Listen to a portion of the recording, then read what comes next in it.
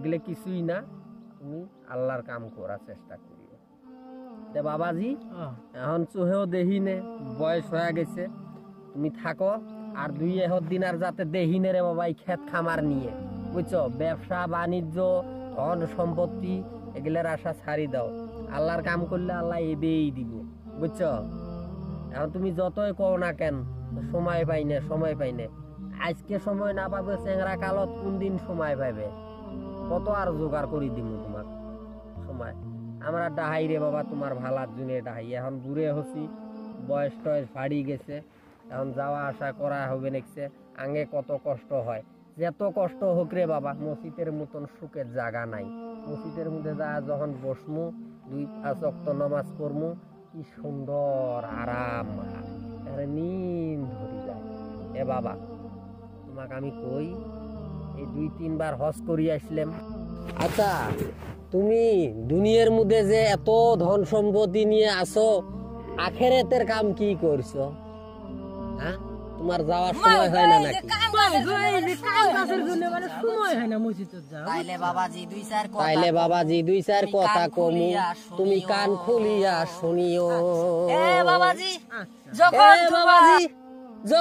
যখন তোমার হাগা লাগে তখন কি তুমি হাগা ধরিয়ে রাখতে পারো? পারবেন না। তখন তো বাবা তোমার কাম কাজ যখন আছে সব ফেলে থুয়ে লেট্রিং এ দৌড় পারো। কথা ঠিক কি বেঠিক? হয় মামাজি, হয় ঠিক।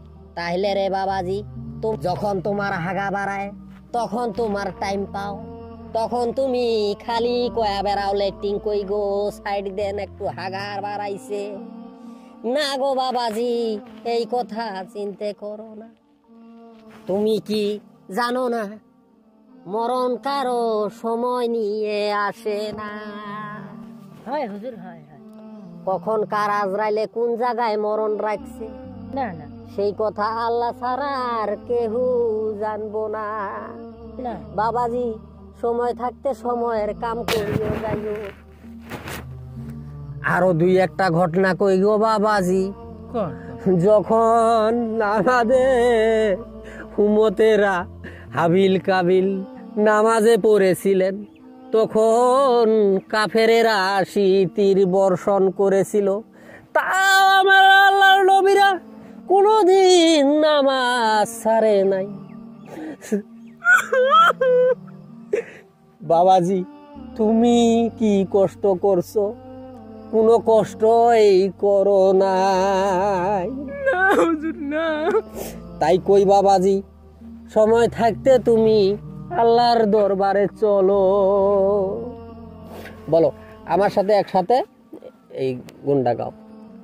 আল্লাহুম্মা সাল্লি আলা সাইয়্যিদিনা মাওলানা মুহাম্মদ ওয়ালে সাইয়্যিদিনা মাওলানা মুহাম্মদ।